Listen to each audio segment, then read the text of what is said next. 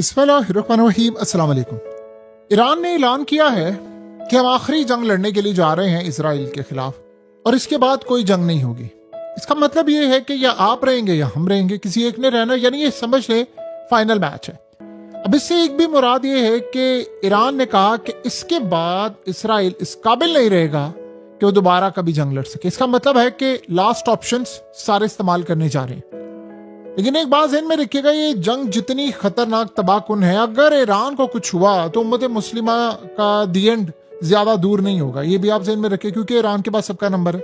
और आपको पता है तुर्की के फॉरेन मिनिस्टर ने कह दिया है कि हमारे पास जो इतलात पहुंची है अटैक होने वाला है किसी वक्त ईरान पर। लेकिन इस सारी सूरत हाल में इसराइल के पास क्या ऑप्शन है? इसराइल के पास एक ऑप्शन है जिसका नाम है सैमसन ऑप्शन। आप कहेंगे ये सैमसन ऑप्शन क्या है? 90s में एक किताब लिखी थी द सैमसन ऑप्शन। ये किताब सैमर हर्श ने लिखी थी। और आपको पता है इस किताब का मतलब क्या है? इसकी थोड़ी अगर आप बैकग्राउंड समझ लेंगे तब आपको पता चलेगा कि इजराइल आखिरी ऑप्शन इस्तेमाल करने जा रहा है, जिसके बाद हो सकता है हम में से कोई भी सलामत ना रहे। इसराइल ने एक ऑप्शन यूज करनी है सैमसंग। सैमसंग असल में एक बड़ा एंशियंट इजरायली था, बड़ा स्ट्रॉन्ग मैन था, और उसके बारे में इजराइल ने कहा कि वो पकड़ा गया। तारीख जो लिखी हुई है, जो बाइबल में लिखी हुई है, कि वो पकड़ा गया और उसके बाद जब फाइनल फैसला हुआ उसके मरने का, तो उसने किया क्या कि उसने जो टेंपल था उसको तबाह कर दिया, खुद भी मारा गया और साथ जितने दुश्मन थे सबको उसने मार दिया। ये है वो टर्म, इसको इसराइल ने मॉडर्न डॉक्ट्राइन का नाम दे दिया है सैमसन ऑप्शन। इसको कहते हैं लास्ट ऑप्शन। अब इसराइल इसमें क्या करने के लिए जा रहा है? इसराइल का जब वजूद आया था तो एक चीज का सबसे पहले फैसला हुआ था कि हमने न्यूक्लियर ताकत बनना है, और जब हम ये ताकत बन जाएंगे तो उसके बाद हम दोबारा किसी को अलाउ नहीं करेंगे कि वो हमें तबाह करे। अब ये सूरत हाल क्या होने के लिए जा रही है? अब इस सैमसन ऑप्शन के मुताबिक ये जब 1991 में ये किताब लिखी गई तो इसके बाद इसराइल की जितनी डॉक्ट्राइन थी, जो न्यूक्लियर सारी और अमेरिकन फॉरेन पॉलिसी और ये वो सब कुछ, उसमें बात क्लियर हो गई थी कि इसराइल आज के बाद सैमसन ऑप्शन इस्तेमाल करेगा। उसका क्या मतलब है? अगर इसराइल इस जंग में या कोई भी जंग में इसराइल को ये लगा कि वो तबाह होने जा रहा है या उसका वजूद खतरे में आ गया, तो वो अपने साथ अपने सारे दुश्मनों को मार डालेंगे, खुद भी तबाह हो जाएंगे और वो भी हो जाएंगे। ये सैमसन ऑप्शन। अब आप इस सूरत हाल को जरा समझ लें कि सैमसन ऑप्शन में इस वक्त मौजूदा सूरत हाल में डॉक्ट्राइन अप्लाई होने जा रही है। अगर ईरान ने इसराइल को तबाह किया तो इसराइल के पास तकरीबन 90 के करीब न्यूक्लियर वॉरहेड्स हैं। ईरान अभी एटमी ताकत बना या नहीं बना, लेकिन सारी दुनिया की तबाही ईरान के लिए। लेकिन जो एटमी ताकत इसराइल बना हुआ है उस पर दुनिया कोई बात नहीं करती, उस पर किसी को बात करने की इजाजत भी नहीं है, कोई पूछता नहीं है। ईरान एक ऑप्शन दी थी कि काम कीजिए कि जो मिडिल ईस्ट में सबके न्यूक्लियर हथियार ले ले, हम भी न्यूक्लियर का जो मटेरियल वो देने को तैयार है, इसराइल के भी सारे हथियार जब्त कर लीजिए, पूरे का पूरा मिडिल ईस्ट न्यूक्लियर से पाक कर लीजिए। क्या कमाल ऑप्शन है कि नहीं मजे की? लेकिन इसराइल ने उसके बाद जो तबाही में तो नहीं, सिर्फ ईरान की एटमी ताकत को तबाह करना। अब ये इस वक्त क्या सूरत हाल है? अगर ये जंग छिड़ जाती है तो ईरान ने कहा है कि वो आज तक जो मिसाइल कभी इस्तेमाल नहीं हुआ है वो सारे मिसाइल चला देंगे। क्या इस सूरत हाल में ये भी मामला हम सामने देख सकते हैं कि ईरान में पावर है, ताकत है, या ईरान एटमी ताकत बन चुका है? कुछ कहा नहीं जा सकता कि ये ऐसा है या नहीं है, लेकिन एक सूरत हाल है कि ईरान के पास एटमी ताकत अगर वो दिखाना चाहे दिखा सकता है। ये भी पॉसिबिलिटी है। अभी आपको पता है रिसेंटली जो ट्रंप के बारे में आया था कि जब न्यूक्लियर फैसिलिटीज पर उसने हमला किया तो इसराइल ने उसको धमकी दी थी कि अगर तुमने हमला ना किया तो मैं एटमी हमला कर दूंगा ईरान पर। अब वो वाकई उसने धमकी दी थी या उसने डराने के लिए किया था, ये एक अलग बहस है। बहरहाल ट्रंप ने कर दिया। अब यहां जो सूरत हाल आ रही है वो बड़ी हैरान कर देने वाली है कि अगर ईरान ने एटमी ताकत है नहीं है, उसने तबाही कर दी किसी वजह से, या वो इसके पास उतने मिसाइल हैं, कोई भी मुल्क उसको अगर न्यूक्लियर वॉरहेड दे देता है या कोई भी ऐसी सूरत हाल होती है तो वो मिसाइल तो उनके पास है, वो लगाना ही है। लेकिन जो हैरान कर देने वाली सूरत हाल है, अगर इसराइल को उन्होंने बहुत ज्यादा तबाह किया तो वो ये ऑप्शन इस्तेमाल करेंगे। वो क्या करेंगे?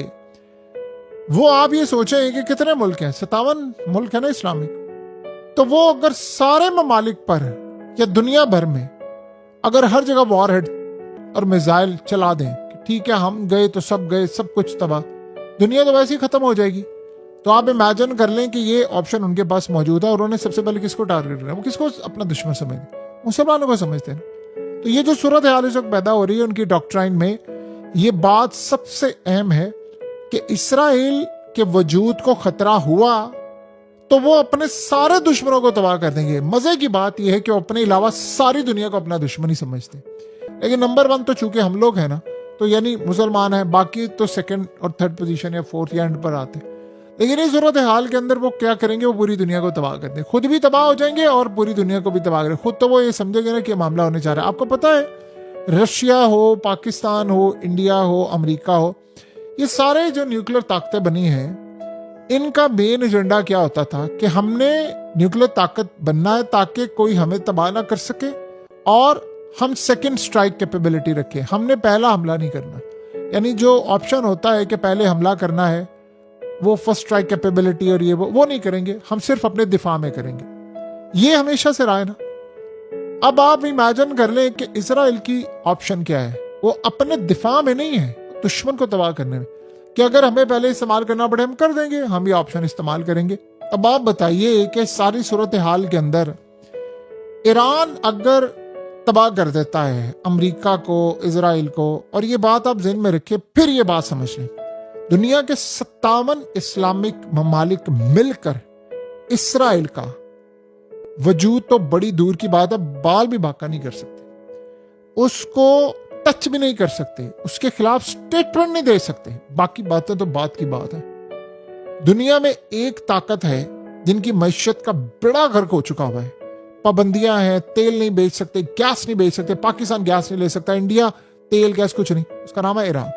दुनिया की बदतरीन मैशत अगर दुनिया की किसी की है तो वो आप समझ ले उनमें ईरान है। दुनिया के ज़हीन तरीन लोगों में अगर कोई शामिल है तो ईरान, उन पर पाबंदियां हैं, क्योंकि वो अमेरिका का कहा नहीं मानते, वो इसराइल का नहीं मानते। आज वो सरेंडर कर दे, आप देखिए इनके साथ क्या होता है, वो उनको सर पर बिठा लेंगे। आज वो अपनी न्यूक्लियर डॉक्ट्राइन, मिसाइल प्रोडक्शन सब कुछ छोड़ दे, उनको सर पर बिठा लेंगे। अब ये जो सूरत हाल होने के लिए जा रही है, तो इसमें आप अंदाजा करें वो अकेला लड़ रहा है। जो ममालिक जिनके खिलाफ सारे मिलकर एक स्टेटमेंट नहीं दे सकते, वो उन दोनों ममालिक से अकेला लड़ने जा रहा है। तो आप इमेजिन करें उसमें जिगरा होगा तो वो लड़ रहा है ना, अदरवाइज वो लड़ सकता है। आप भूल जाएं बाकी सारी सूरत हाल को कि फलाना, ये जो इस वक्त सऊदी अरब कह रहा है, कतर कह रहा है, सारे ममालिक जो बार बार कह रहे हैं ना कि ईरान के अंदर ये काम ही होना चाहिए, उसके बाद सबको पता है खित्ते के अंदर किसका खतरा है, तुर्की का तो उन्होंने नाम ले लिया। तो ये बात आप अच्छी तरह समझ लें कि इजराइल की जो डॉक्ट्राइन है वो बड़ी खतरनाक है। उसमें ये ऑप्शन नहीं है कि हम दुश्मन को सिर्फ तबाह करेंगे, यानी अगर उनको लगे कि भाई हम एंड टाइम हमारा आ गया, हमारी इतनी तबाही हो गई, तो वो सिर्फ ईरान के ऊपर ही हमला करेंगे, नहीं, वो सब पर कर देंगे, किसी को भी नहीं छोड़ेंगे। वही समझ से इस दुनिया को दी एंड कर देना चाहिए। और ये बड़ी खतरनाक सूरत हाल है। और रशिया ने भी, देखिए ये असल में पुतिन की डॉक्ट्राइन भी इस पे मिलती जुलती है, एग्जैक्ट तो नहीं है। उसने ये बात कही थी, उस दुनिया का करना ही क्या है जहां पर रशिया ना हो, उस जमीन का क्या करना है जहां पर हम ही ना हो। उसने कहा उस दुनिया को जिंदा रहने का क्या हक है जहां पर रशिया ना हो। क्या खूबसूरत उसने अपनी डॉक्ट्राइन दुनिया के सामने। ये तो चले ऑप्शन है ना कि आप दुनिया को कहते हैं कि भाई हमारे वजूद को खतरा लाख हो, 6000 न्यूक्लियर वॉरहेड्स है। आपको पता 200 दफा ये पूरी जमीन तबाह कर सकता है रशिया, और अमेरिका 150 दफा तो वो तबाह कर सकता है। तबाह तो एक ही दफा होगी तो सब खत्म हो जाएगा, लेकिन ऑप्शन उनके पास जो मौजूद है। लेकिन जो इसराइल की डॉक्ट्राइन है वो बड़ी खतरनाक है, और ये अब होने के लिए जा रहा है। अब ईरान, देखिए उन्होंने कोई लिहाज नहीं रखना, लेकिन ये बात आप ज़हन में रखिएगा कि हम सबको आखिरी ऑप्शन के लिए भी रेडी रहना चाहिए, क्योंकि ये कुछ भी कर सकते हैं और आपको पता है कि इनकी तारीख कुछ भी कर देने वाली ही है। तो ये बात आप ज़हन में रख लें कि हम काम पर खड़े हैं।